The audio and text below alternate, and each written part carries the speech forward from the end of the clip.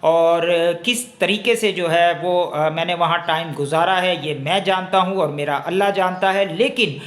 وہ میری بھی ہمت کو توڑ نہیں سکے ہیں۔ میں پھر عوام میں ہوں اور میں پھر وہی اپنا کام وہیں سے شروع کروں گا جہاں سے ختم کیا تھا۔ یہ الفاظ تھے آغا سرور صاحب کے، اور ہمارے بہت اچھے صحافی ہیں، بہت اچھا کام کر رہے ہیں، ہم اپریشیٹ کرتے ہیں ان کو۔ اور یہ انہوں نے جو الفاظ بولے ہیں کہ جہاں سے ختم کیا تھا وہیں سے میں شروع کروں گا، یہ آج سے پہلے جو ہے عمران ریاض خان صاحب جو کہ بہت ہی سینئر ہمارے صحافی ہیں، ہمارے بہت اچھے کولیگس ہیں، تو انہوں نے بھی یہی بات کی تھی جب ان کو مختلف کیسوں میں گرفتار کیا گیا۔ انہوں نے کہا کہ مجھے 10 دفعہ گرفتار کر لے، لیکن میں جب آزاد ہوں گا میں اپنا کام وہیں سے شروع کروں گا جہاں میں نے چھوڑا تھا۔ تو یہ اس وقت حکومت کے منہ پہ تماچا ہے کہ وہ کسی صورت بھی جو ہے، نہ تو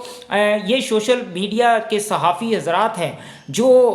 حق اور سچ کے اوپر ڈٹے ہوئے ہیں، ان کو بھی توڑنے میں ناکام ہو گئے ہیں۔ پی ٹی آئی کے لوگوں کو توڑنے میں ناکام ہو گئے ہیں، ان کی خواتین کو ہراساں کر کے، ان کی خواتین پہ تشدد کر کے، ان کو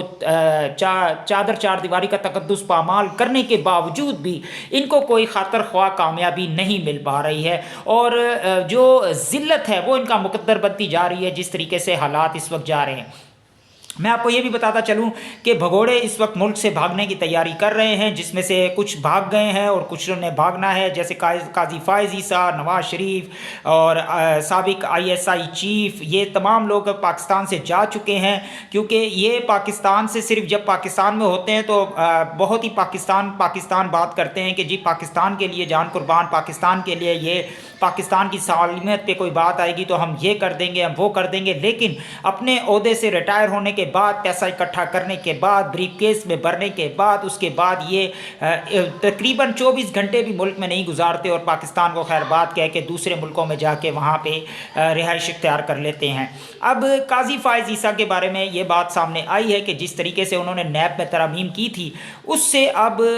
جو ہے ان کو اصل میں جو فائدہ ہے وہ ان کو بھی پہنچا ہے، کیونکہ نواز شریف کے ایول فیلڈ اپارٹمنٹس جو لندن کے اندر موجود ہیں، وہاں لندن میں تقریباً ان کے بھی فلیٹس ہیں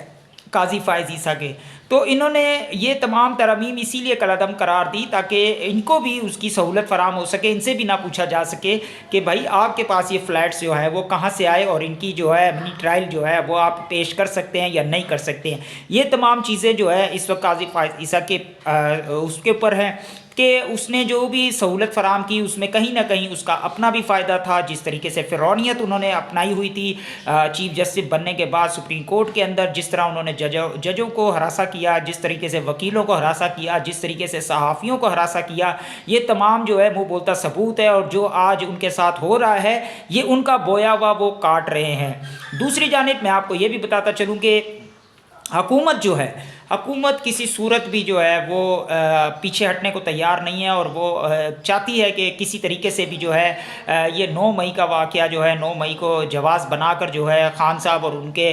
تمام کارکنوں کو اور رہنماؤں کو جو ہے وہ کڑی سے کڑی سزائیں دی جائیں اور ان کو سزا سنا دی جائے اور سزا میں جلدی کی جائے تاکہ ان کی اپیلیں دائر نہ ہو سکیں، اور پھر کس طریقے سے انہوں نے ان کو انگیج کر کے رکھنا ہے، یہ تمام کوشش ہے۔ جو اس وقت عمران خان کے ساتھ جو آخری حد تک یہ جانا چاہتے تھے وہ بھی یہ چلے گئے ہیں، یعنی کہ انہوں نے اب باقاعدہ طور پہ خان صاحب کو جو ہے جن چیزوں کے اوپر ان کے اوپر پابندی لگا دی ہے۔ اب جو جیسے کل وکیل جو ہیں وہ ملنے ایڈوکیٹ فیصل چودھری جا رہے تھے، انہیں بھی روکا گیا، اس کے بعد نعیم پنجوتا صاحب کو ان کو روکا گیا اور احمد بچڑ صاحب کو روکا گیا۔ تو یہ تمام چیزیں میں آپ کو بتاتا چلوں کہ یہ حکومت کی نااہلی ہے، ناکامی ہے، اور یہ سب سے بڑی ناکامی یہاں سے ثابت ہوتی ہے کہ یہ اتنے ڈرے ہوئے ہیں۔ یہ میں آپ کو بتاؤں کہ عمران خان ایک پاکستان تحریک انصاف کا لیڈر ہے، اس کا چیئرمین ہے، اور وہ 28 سال سے جو ہے سیاست کے اندر ہے اور محنت کر رہا ہے، اور جس طریقے سے وہ اوپر آیا ہے۔ تو دوسری جانب میں آپ کو یہ بتاؤں کہ یہ پاکستان تحریک انصاف کے ورکرز کو نہیں توڑ پا رہے۔ آپ کے سامنے زندہ مثالیں موجود ہیں اس وقت، صنم جاوید کی، ختیجہ شاہ کی، طیبہ راجہ کی، اور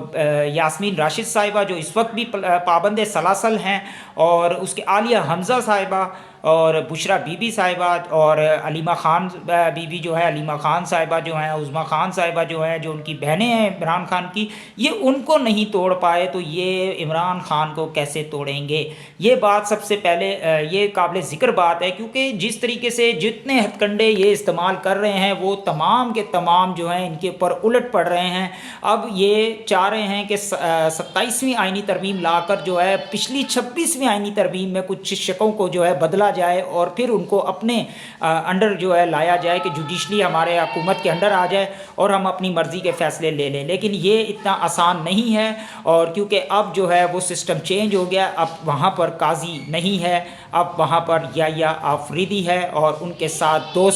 موسٹ سینئر جج منیب اختر اور منصور علی شاہ صاحب موجود ہیں۔ اس کے بعد اگر ہم دوسرے ججز کو دیکھتے ہیں تو وہ جو ہے وہ قاضی فائز عیسیٰ پینل گروپ بیٹھا ہے جو 2 سے 3 جج وہاں پر ہے۔ پھر آپ آ جاتے ہیں تو عطر ملندہ صاحب جو ہیں وہ اس وقت چیف جسٹس اور منصور علی شاہ، یحییٰ آفریدی اور منصور علی شاہ صاحب کے پرانے دوستوں میں سے ہیں، اور انہوں نے جو ہے وہ 2007 کے اندر جب وکلا تحریک شروع ہوئی تھی تو اس میں ایک فرم بھی بنائی تھی۔ تو یہ وہ ججز ہیں جو کہ آئین قانون کے مطابق